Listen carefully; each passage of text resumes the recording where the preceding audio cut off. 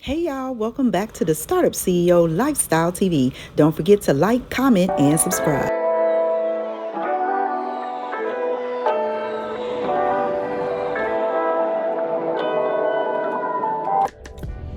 Okay, y'all. I just left out of my favorite place. One of my favorite places. One of my favorite stores to shop. Whole Foods. And I must tell you, I'm highly disappointed. I don't know if you've ever had, I'm on this kick that I gotta have me some fruit every day. I try to eat fruit all day long, every day. But I love oranges. I love tangerines, but I like a specific orange and a specific tangerine. I don't know if you ever had this orange right here. It's called a sumo orange. But in Whole Foods, it's $15 for a pound. Actually, a little over a pound. She told me I had 3 pounds, and it was $15. It's $4.99 a pound, excuse me. And I had 3 pounds, 3.5 pounds, which came to $15, guys. Why is this dang on orange so expensive? Because it's so good? I may either have to find another place to buy this or something, because I refuse to dang on spend $15 on 5 oranges. It just don't make no sense. This thing gotta cure everything. I should never get a cold. I should never be having heat flashes. Nothing. For $15 for 5 oranges. They know they need to quit. But it is really good. It's one of the sweeter oranges, the Sumo, S-U-M-O. If you get a chance, buy one. I ended up buying 2, and it came to $5.50 for 2 of them. I'm telling you, the best orange on the planet. But I am not that girl to be spending $15.50 on 5 oranges. Simple as that.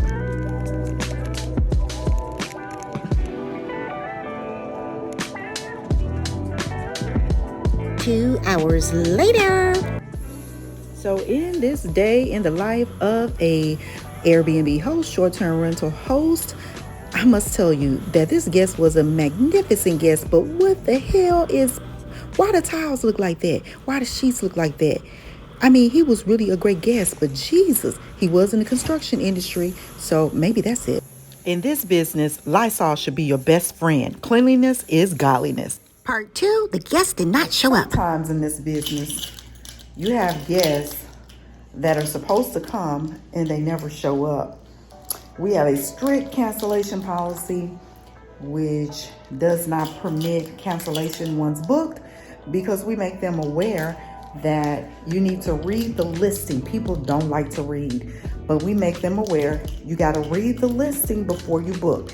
And I put that on each listing that we have so that we are not the ones that's canceling the reservation, because Airbnb will penalize you if you cancel a reservation.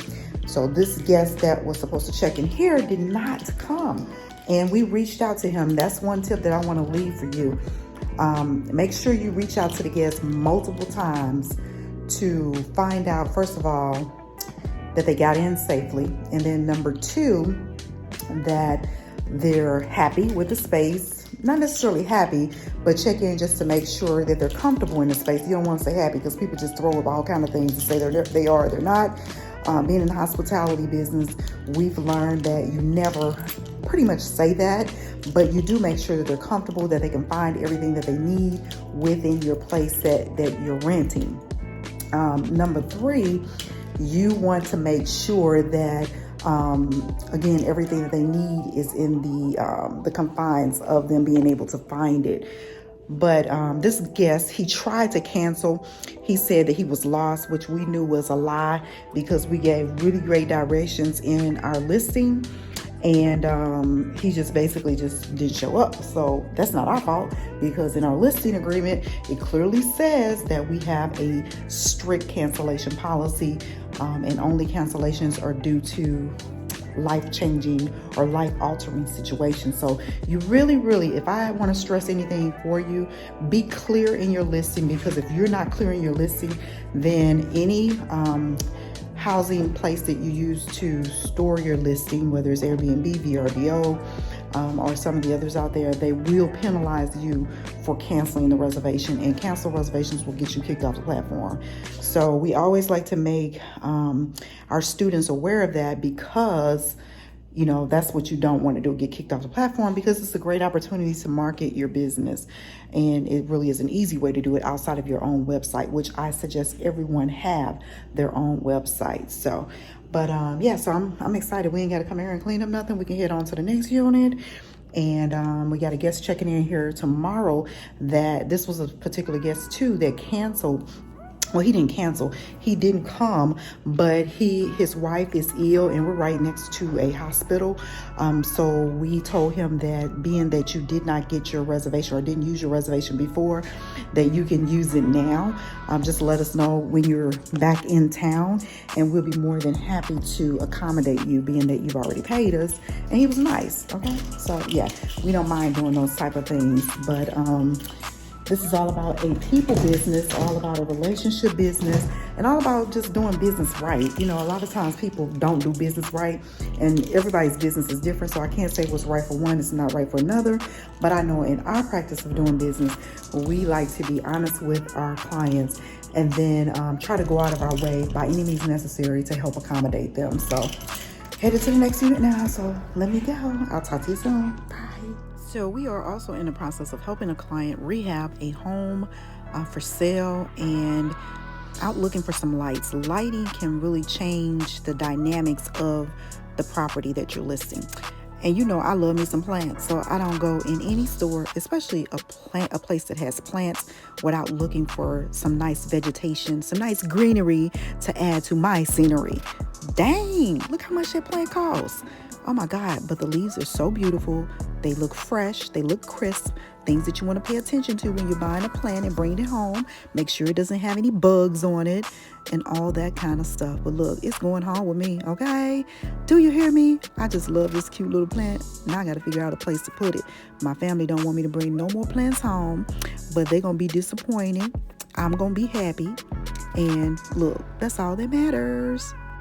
We still working, y'all. It's a busy day. So being a property manager, sometimes you get calls at the last minute for clients that want you to come by and see their properties.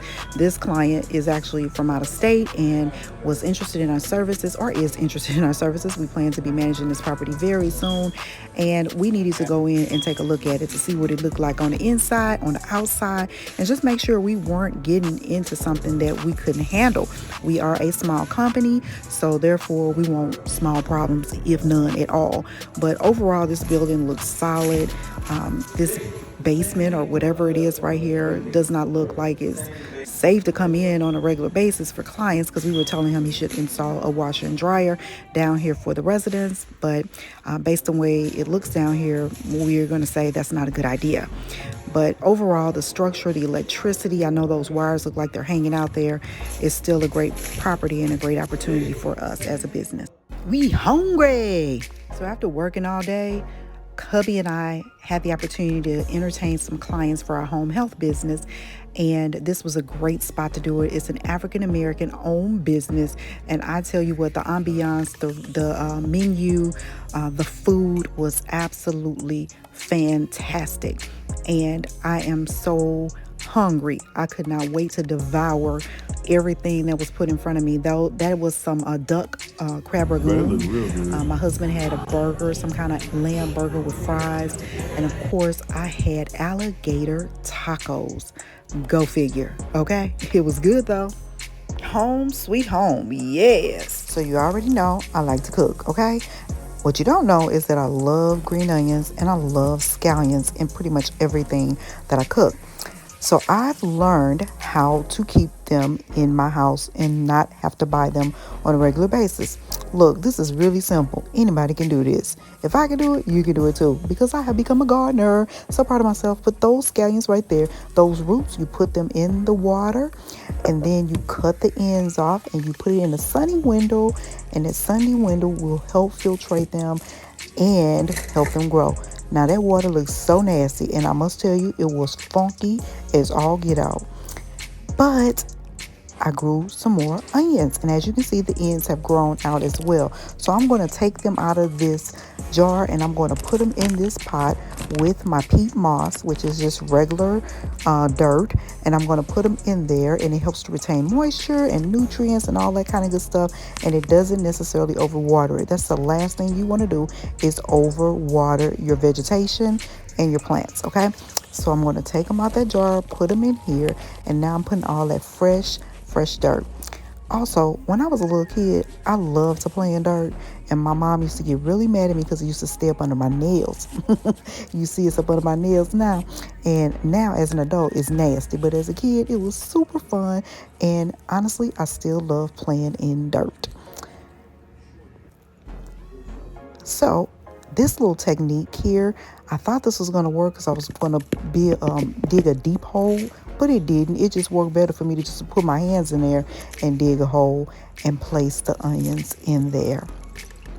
Simple process, but you want to make certain that the roots are put inside the dirt so it can sprout. I guess that's a word. Yeah, sprout and grow and kind of fill the pot up. So I'm putting each one in there. Make certain that it's sturdy and filled around the dirt. I think it's probably like maybe 8 or so that I'm going to fill the dirt or pot up with. And I am expecting these to blossom and to grow and never have to go to the store again to buy them. So I'm just covering them up with the dirt, again, playing in it. And I'm going to cut the ends of this just a little bit more just to see how quick they grew. It typically takes about 2 weeks. Now I'm going to put it back in the windowsill and let it do its thing. We get a lot of good sunlight from there. This is a rosemary plant that I bought last year. As you can see, it's still alive and still manifesting and still growing. And we add rosemary to a lot of different foods that we cook, particularly chicken. The end. I hope you enjoyed this day in the life of spending time with us. Don't forget to like, comment, and subscribe. Make sure you come back and see us again. Blessings and peace.